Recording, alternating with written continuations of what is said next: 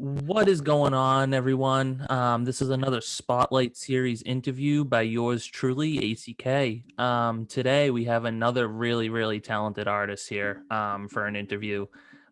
Good friend of mine. We always shoot back and forth through text, checking out projects for each other and just bouncing ideas off each other. And he's actually featured in a showcase that I have at the end of the month. Really talented is Josh Huie. Josh, how are you, man? Thanks so much. I'm doing really well. Like I said, I'm down here in Alabama vacationing with the fam, so it's been nice. Awesome. And I appreciate you squeezing this in and making the time for this, man. We appreciate you having you on here. Oh yeah, thank you. Um so just kind of before we hop into the questions here, do you want to just tell everyone a little bit about yourself just so we can get an idea of who you are? Yeah, yeah, so I have been pursuing music kind of seriously on my own for just right at a year, little under a year right now. Um, I'd done things in different capacities for a couple of years previous, but kind of kicked off the taking myself a little more seriously solo project around May of last year. So I've just been trying to be consistent and just put out things that I would want to listen to. And yeah, just trying to keep it real. No, that's awesome, man. And like I obviously, I'm a huge fan of all your stuff. I I love appreciate everything. Yeah, no, of course. Like you're just you're killing it out there. it. So kind of just without further ado, I'm just gonna hop into the questions here. Is the first one pretty simple question is how did music start for you? Like where did it all start? Like was it at a young age? Where did all like the singing and playing instruments and all that stuff start for you?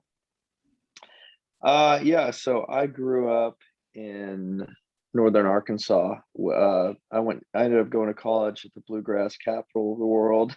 So um, I started playing when I was 9, which been a long time. But originally I got into playing kind of with the idea that I wanted to play in church. And that's what I did from about 15 till just recently, actually. So I think stopped playing in church around 2019. Mhm. And I just, that it was at that point that I was really able to kind of divorce is not the right word, but once I stopped doing that, I kind of was able to more freely experiment with what I actually like as far as sound design goes. Right. And that's when I started getting into pop and even more hip hop inspired stuff. And so yeah, it kind of started in the church. Yeah, spent a lot of time there, but yeah, as recently as around 2019 is when I really started checking out what I'm doing now. Right. No, and that's awesome.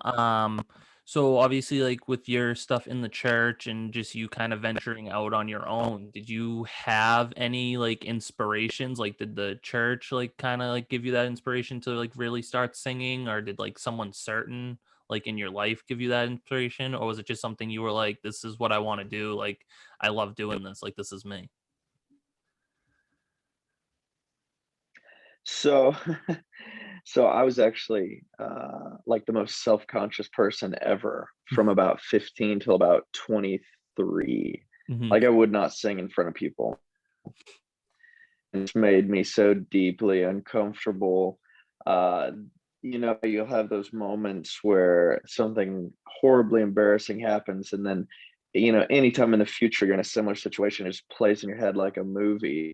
Um, and so I had a few like teenage voice crack moments, um, and it was just absolutely horrifying. And so it took me almost a decade to really kind of be comfortable in my own skin, to be able to sing, because I was the guy that I would stay up till 1 a.m. just because everyone would be asleep, just so I could record myself.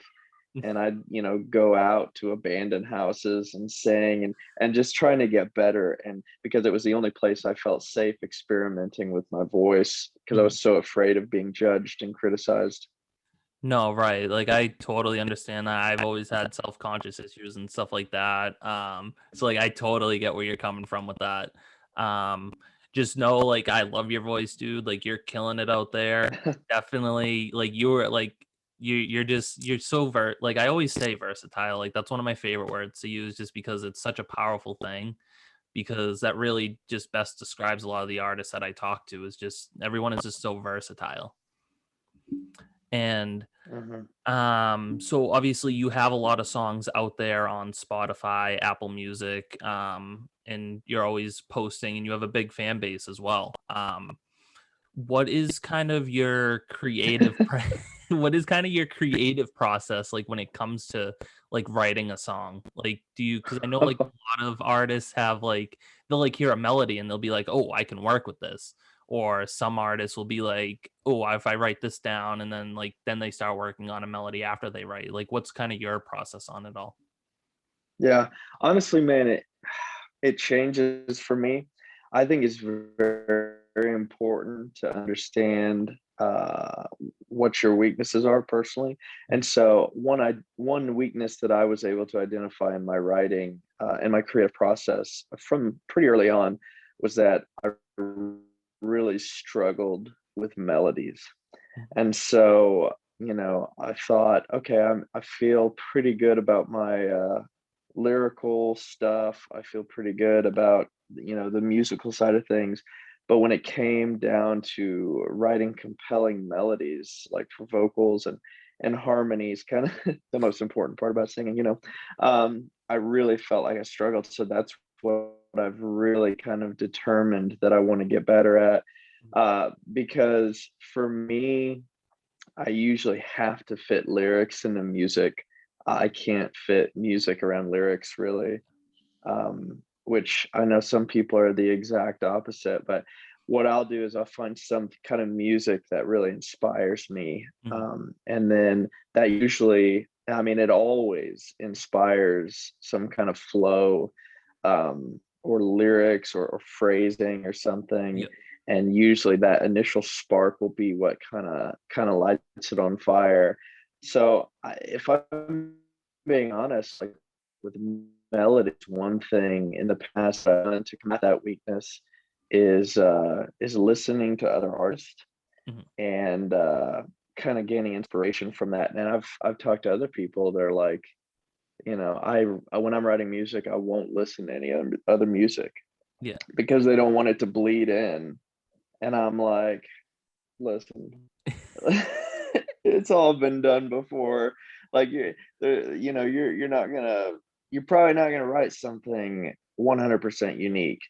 Right. I think everybody gets inspiration from somewhere. Other people before them, people that they look up to. And so I don't really have a problem listening to music that I really enjoy because what I love in an artist is I love when I'm listening and I can say, oh, I hear some whoever inspiration in that melody. Right. And then what's a really cool moment is when you hear that and then you look at the credits, like, oh my gosh, he freaking co-wrote this song. And I heard that and it makes me feel smart. No, I know exactly what you mean. So obviously, like with the pandemic and stuff like that, there's been a lot of artists like putting themselves out there more, like on TikTok, on Instagram, and just like creating a fan base. And there's a lot of like independent, unsigned artists out there nowadays. What would you say makes you different compared to some of these other artists like in your genre? Like what makes Josh Huey Josh Huey? What makes Josh Huey is I think one of the main things that makes me unique is what I'm not willing to do, if that makes sense. So it always makes me cringe when I see people being inauthentic to garner attention, especially online.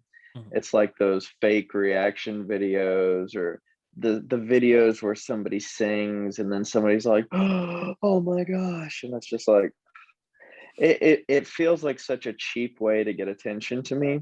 Mhm. And I would really like to say that the thing that separates me is I feel like my music rewards multiple listens, Yeah. and I feel like there's a lot of thought and care put into each song, and it rewards people digging deeper into it.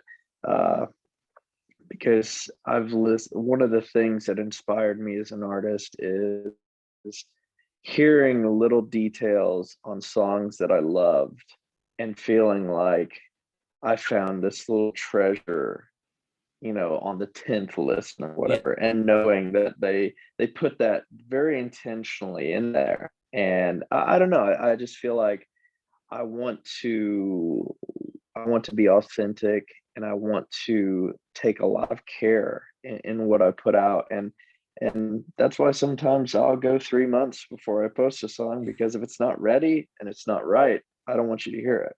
No, right. Is what it comes down to. So I just really want people to understand that, I don't just pump stuff out to pump stuff out there. Like, everything that I put out is there's been a lot of stuff that's gone into it. So, and I don't want to say that like that makes me special or unique, but I think that that's the one thing you could attribute to music coming from Josh Huie is the care and thought that's put into each track.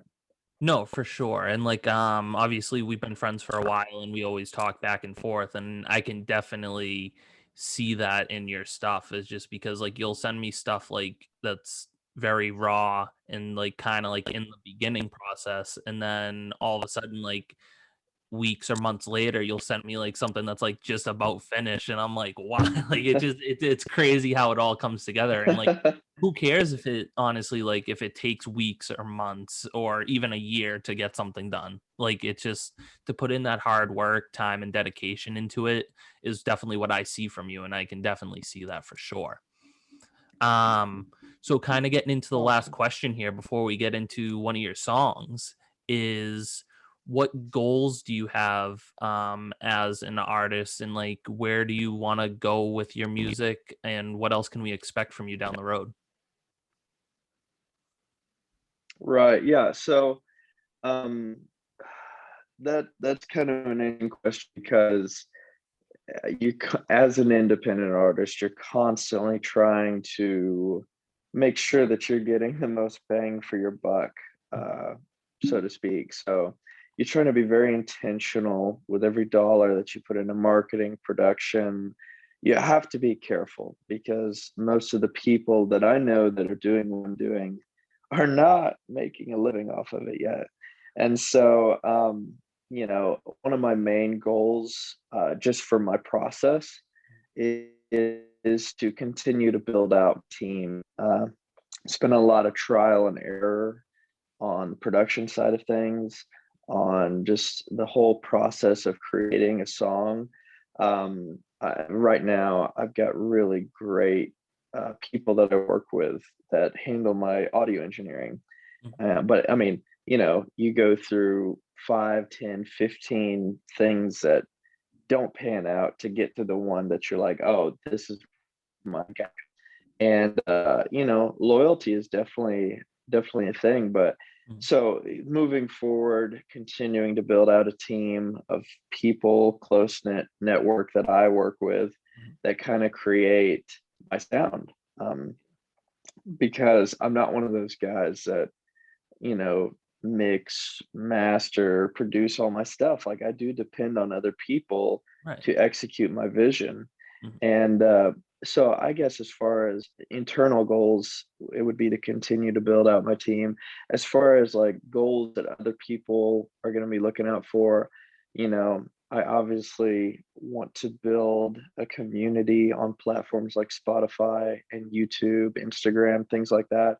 Um, but it's really hard. It's Yeah. really, it's really hard to get people to care about what you're doing, because at this stage in the game, uh, you know, you're just pretty much.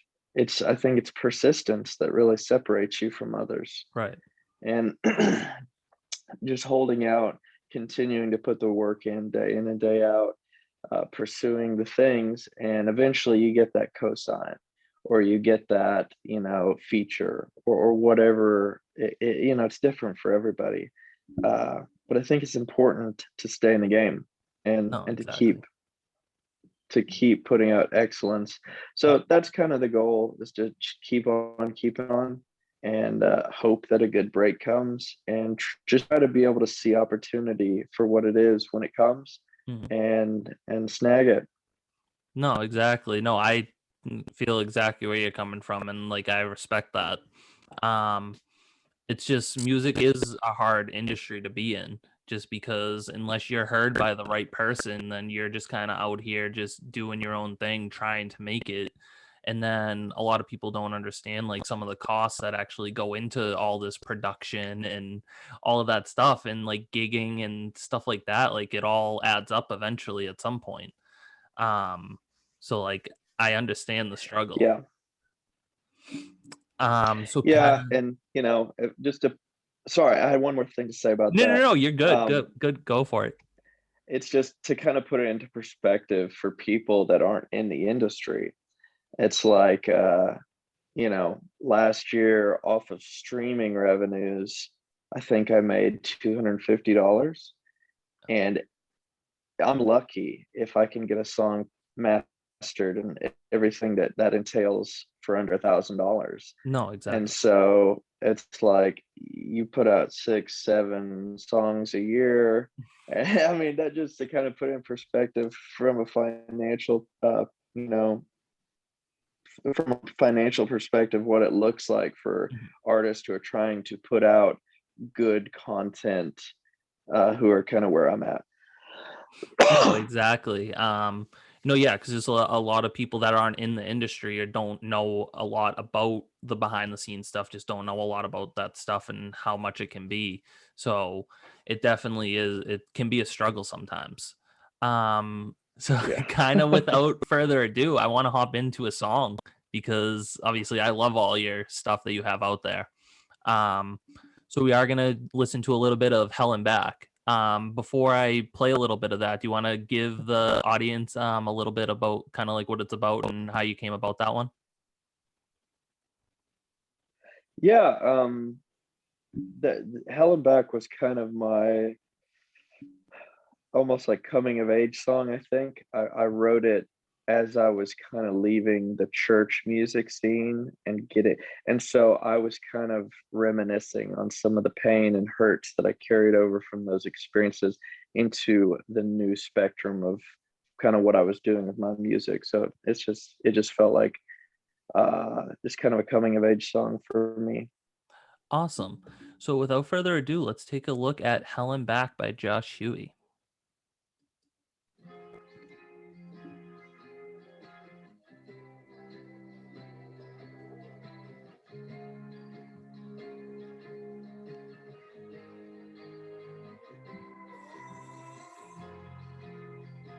I've been through hell and back again. Feels like the cycle never ends. I fought my demons and I hope they see they got no claims on me. I never stop, I never will. I write to tell you how I feel. Whatever witnesses that don't agree, I paint it out on me. I work so hard to feel the pain. I got kids depending on me and I gotta make it rain.